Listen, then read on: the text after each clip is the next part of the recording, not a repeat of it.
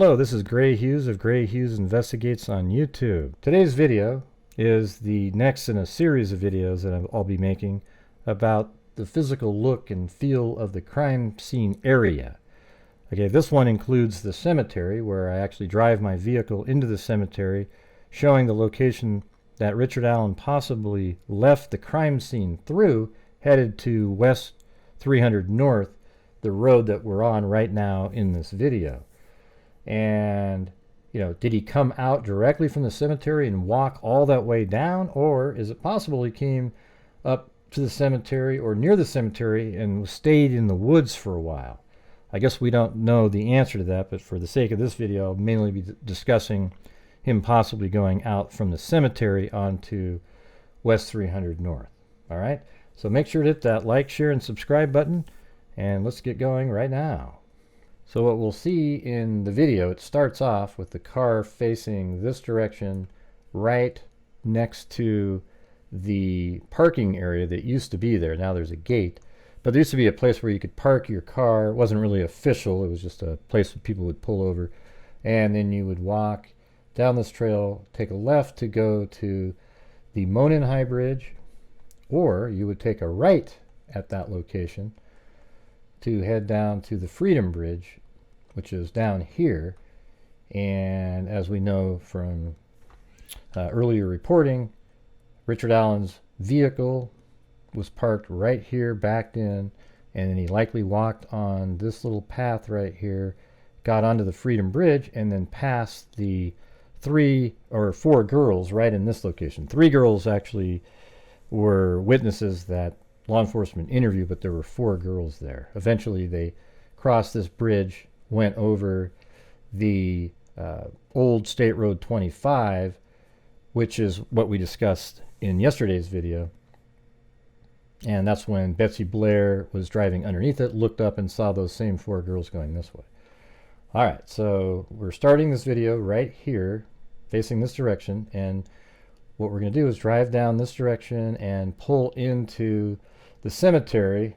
I drive my car all the way down here. There's quite a bit of a drop off, by the way. It goes like this and pretty steeply goes down. I mean, it's not horrendous, but it does drop. And I think if I look at Google Earth, down here it is 633 feet. And then at this end it is 644. So it drops 11 feet from here to the end right there. So I drive around and then I come back out over here. All right, so let's just show that part now. Okay, and here we go. Now let me just back it up a little bit here. I'll show you. You can see the gate. That's the gate at the parking area right on the right there.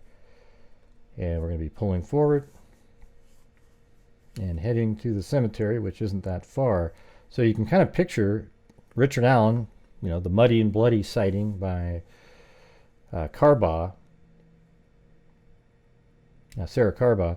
You'd see him walking down on the left side of the road here. And we don't know exactly where that was, the sighting. So it could be really anywhere along this stretch here, including even around the corner after Mears property. Perhaps he didn't go by the Hoosier Harvest store and went around the building. I don't know. So here's the cemetery.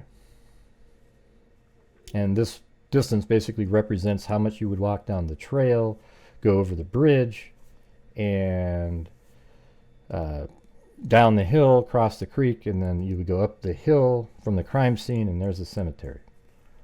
So keep in mind this does drop 11 feet as it's going back to the back of the cemetery here.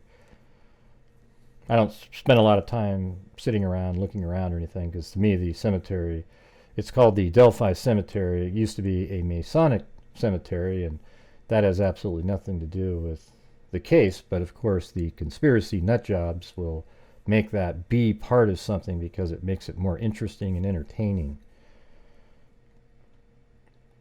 Right, so this is the very bottom. You can even see in this picture how it goes uphill like that. And back then, I don't know if that fence was as secure, but it's pretty easy to climb over. It looks like it might be electric now.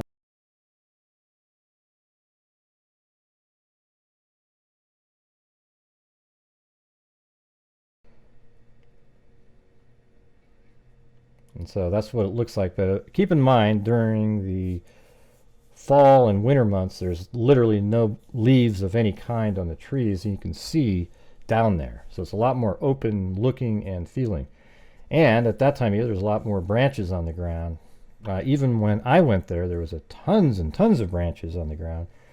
When I went along the cliff of the, I guess you'd say, the north side of Deer Creek heading to the crime scene. And here we are now. You can see we're going uphill here.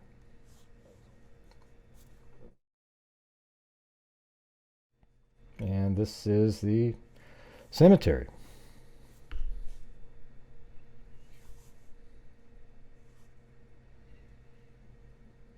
Yeah, so it's not a huge cemetery or anything like that.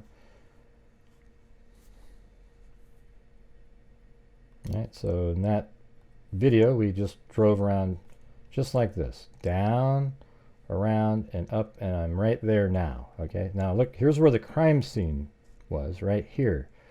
Now this is where the crime scene was based on the crime scene tape that was at the scene. Now the GPS coordinates that they had in the document, the probable cause document, or I think it might have even been in the, also in the Ron Logan document, it puts you right there, and I don't know if that really puts you right on the crime scene. It's possible they just didn't want to give the public the exact spot. So it's close. It's right over here. So when I went out there in September, late September, I walked along, there's a path that goes all the way around like this. And there's this little valley you drop down. There's like a ravine basically. And I can't really see it in this image, but I went back to 2012 and there it is, right there. So I made it to where I was right here. I walked down, crossed, came up, and probably walked to about right in this area, almost exactly where the GPS coordinates are. So I was probably about right here. It's hard to know exactly where you're at without a map or some direct pinpoint while you're out there. So I was pretty close. And when you're walking, there's just hundreds and hundreds and thousands of twigs on the ground. So we'll show that another time. But here is where the crime scene was. I believe Richard Allen killed Abby and Libby. Libby was found completely nude, and Abby was found clothed, but was wearing some of Libby's clothing over the top of some of her own clothing. So what I think likely happened at one point was that Abby and Libby were both nude at one point, but it'd be very difficult to put Libby's clothing back on, and actually difficult to put Abby's clothing back on her other than sort of loose-fitting items. She had tight jeans. So likely the killer, for some unknown reason, put baggy jeans back onto Abby, also put Libby's Delphi swim team sweatshirt over the top of the maroon blouse that we see in the image of Abby on the bridge. So that's underneath there for sure. Her sort of tan colored jacket, I don't know where that is. We don't know where that is. We also don't know where her jeans are. I mean, technically it is possible that they're underneath the jeans of Libby, but I don't think so. So that would also mean that Abby's shoes would have had to been taken off and then put back on at the end. So she was almost completely dressed and had a lot of Libby's clothing on her, but Libby was still found completely nude. So I don't know if that means he had a little extra care for Abby for some unknown reason. So there's where the cemetery is, up here, right? That's the crime scene.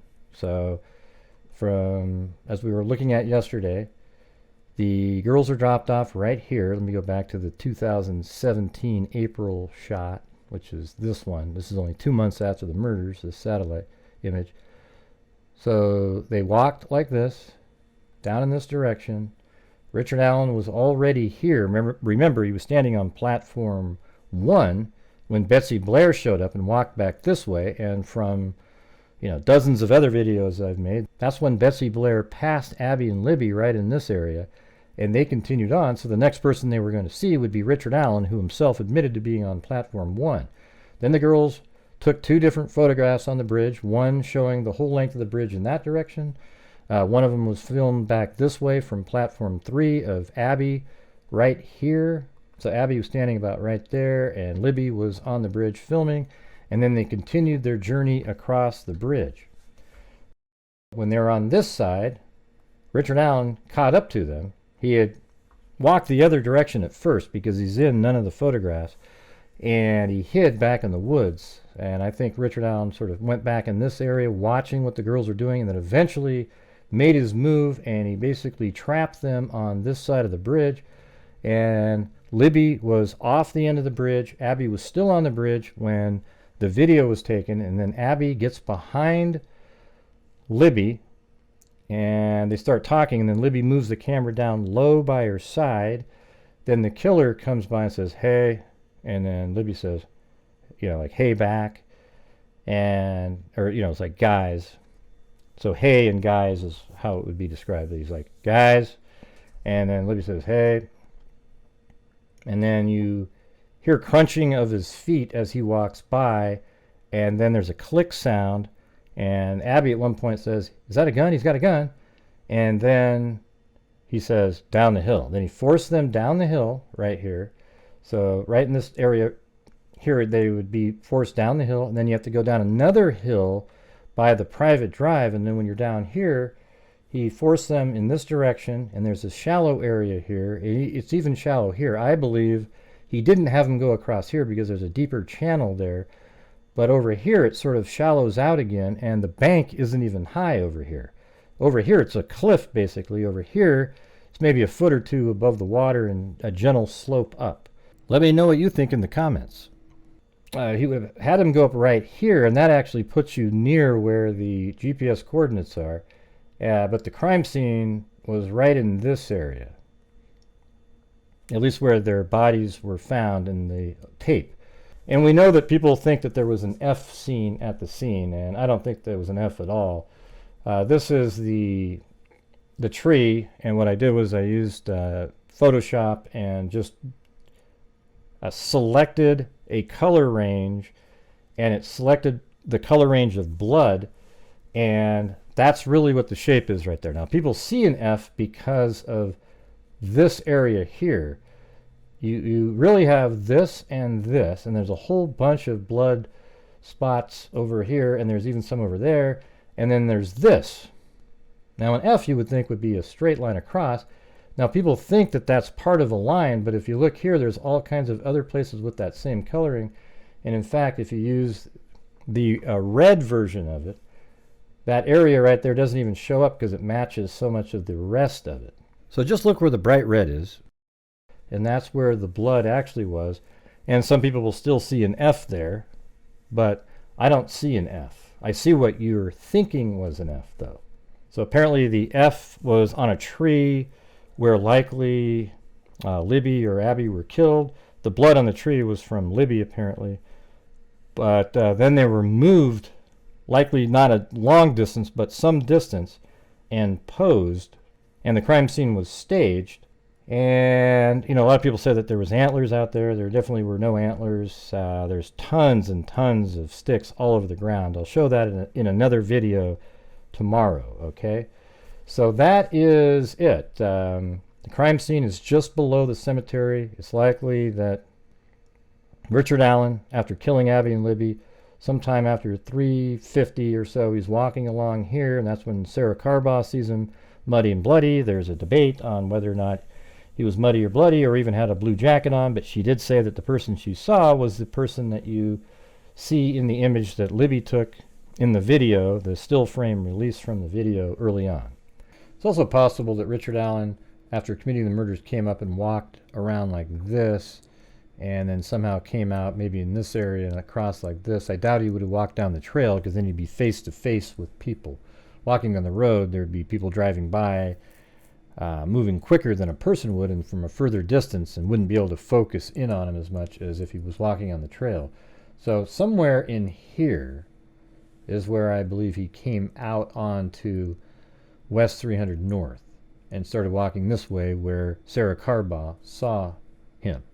But for the sake of using the cemetery example, And Richard Allen would have moved this direction. Now maybe he cut across and went behind over here, making it so he didn't show up on the Hoosier Hardware Store camera again.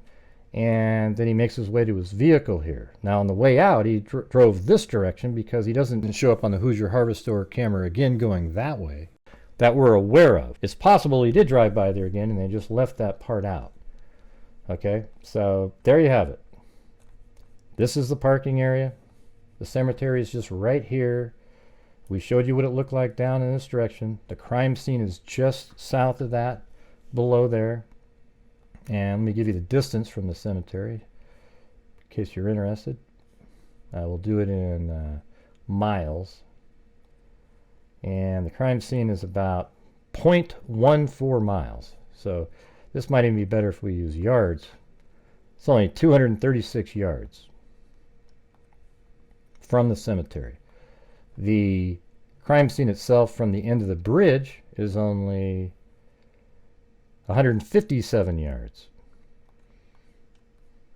And the length of the bridge, I think, is 800. Let me see in yards. Let's do that. The length of the bridge starting right there, about 866 feet or so. But right there, 285 yards. Let's do feet. Yeah, it's 857 right there. So 857 feet, or 283 yards long from the parking area here to the start of the bridge is, let's get that for you really quick, for those of you who want this type of information, to the start of the bridge. So this would actually be Betsy Blair's initial distance here, and that is 0.32 miles, or 1,716 feet. Okay, so I hope that gives you a little bit better feeling of the area. If you combine that with yesterday's video, you're starting to see the visual picture of the crime scene and the area. I mean, some people consider this whole area the crime scene because he's moving around. Things are moving. You know, the girls cross the bridge are over here. Richard Allen's over here. The vehicle is over here.